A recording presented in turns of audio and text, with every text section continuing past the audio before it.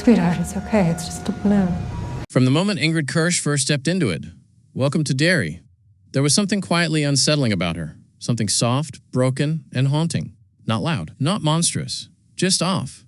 Like she was living in two realities at once. The world the other kids lived in, and another world hidden beneath the floorboards of Derry itself. And when episode 6 finally reveals her last name, Kersh, the entire story snaps into a new shape. Everything that once felt confusing suddenly feels intentional. This is where the breadcrumbs begin, because this theory explains that Ingrid might not just be a random girl trapped in Derry's nightmare. She may be Pennywise's daughter, or the daughter of the man Pennywise once pretended to be, Bob Gray. It's me, Papa. Support this content by liking, sharing, and subscribing for more upcoming theories. The show never outright confirms this, but that's what makes the theory so chilling. Instead of telling us directly, it hides clues everywhere, and each one makes the connection deeper, darker, and more heartbreaking. The first hidden detail appears way back in episode 1. Ingrid doesn't interact with the group the same way the other kids do. She moves like a shadow. She drifts.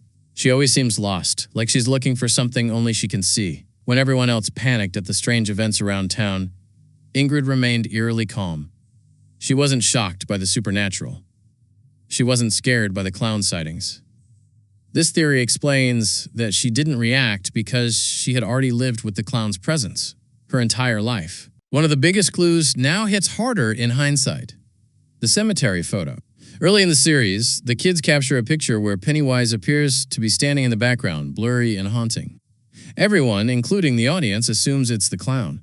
But in episode 6, we learn the shocking truth. It wasn't Pennywise at all. It was Ingrid in her clown persona, Periwinkle.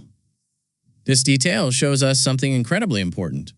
Adults could see the clown in the photo because there was no supernatural illusion.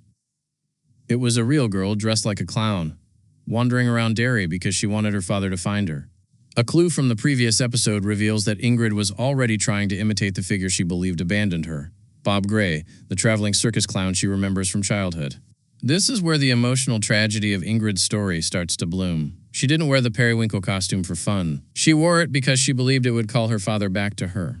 She wanted him to recognize her, to see her, to return. This theory explains that Ingrid built her entire identity around a father who vanished and a clown who noticed her longing. Pennywise didn't lure Ingrid with fear like he does to every other child. He lured her with the illusion of love.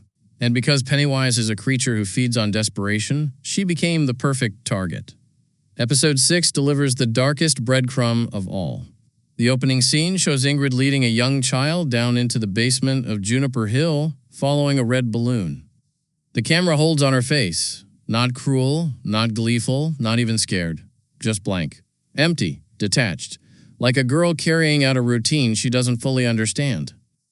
Moments later, the child is gone. The clown has claimed another victim. This theory explains that Ingrid isn't acting from malice. She's acting from a place of longing, confusion, and emotional manipulation. Ingrid later tells Lily she led many children to the clown downstairs. This isn't a one-time accident. It's something she's been doing for years. And here's the twisted question the show leaves us with. Did she believe the children were safe? Or had Pennywise convinced her that feeding him was an act of devotion? This theory explains that Ingrid may have had a fractured understanding of what was happening.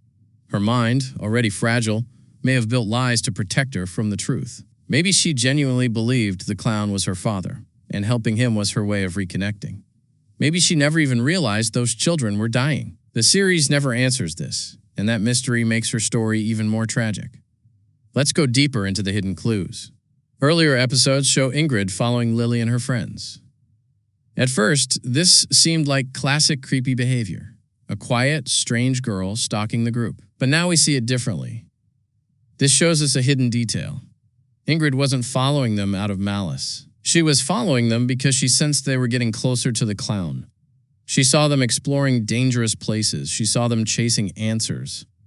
And she hoped, deep down, heartbreakingly, that they might lead her to Pennywise. To her father, to the man she still believed was searching for her. There's another breadcrumb hidden in plain sight, Ingrid's affair with Hank Grogan.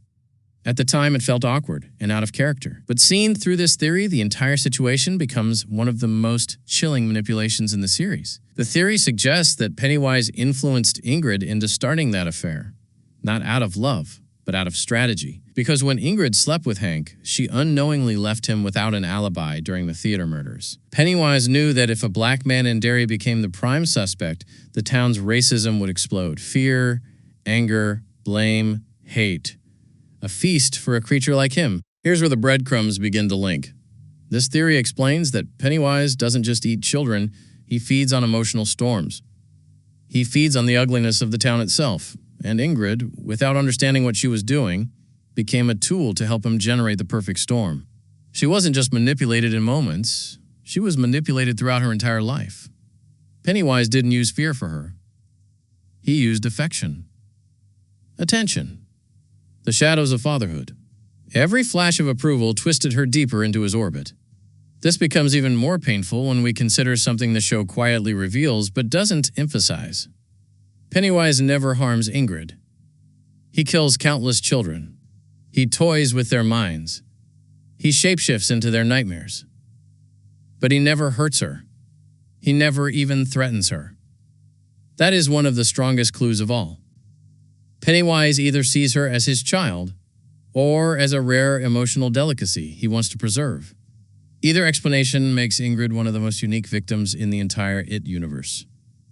Now, let's revisit her childhood. Ingrid remembers Bob Gray as her father, a smiling man in circus makeup who used to perform and charm audiences. But this shows us a hidden detail. What if Bob Gray wasn't a real man at all? What if Pennywise chose that identity decades earlier and used it to manipulate Ingrid's mother? What if Ingrid was raised by a version of Pennywise before she ever knew what he truly was? This theory explains that her memories might be fragments of encounters that were never real. Pennywise, after all, doesn't just shape fear, he shapes reality. He shapes perception. He shapes childhood. If a creature like him wanted a daughter, he could manufacture one, not biologically, but psychologically. Imagine being a little girl whose father disappears, and then imagine that the only thing that returns is a monster pretending to be him. A clue from the previous episode reveals that Ingrid had moments of lucidity. She laughed with friends. She flirted awkwardly. She wanted connection. But these moments were overshadowed by the fog that hung around her. She was a girl living in a dream Pennywise orchestrated, a puppet who didn't realize she had strings. And this is why her future appearance as Mrs. Kersh in Chapter 2 feels so devastating. By the time Beverly Marsh meets her decades later, Ingrid is no longer just strange. She's hollow. She's consumed by decades of trauma, manipulation, and the twisted love she once believed was real. The young Ingrid who wandered Derry looking for her father becomes an adult who embodies Derry's curse. Her entire life becomes a reflection of what Pennywise does best: break people slowly, softly, until they barely resemble what they once were. This theory paints Ingrid not as a side character, but as the emotional heart of Derry's darkest secret. She represents the long-term victims, the ones Pennywise doesn't kill, but the ones he molds. She is the child who loved the monster. She is the girl who dressed as a clown to be seen. She is the teenager who followed red balloons like breadcrumbs.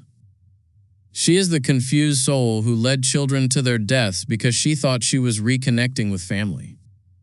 She is the woman who eventually becomes a haunting figure living alone, still trapped under Pennywise's shadow.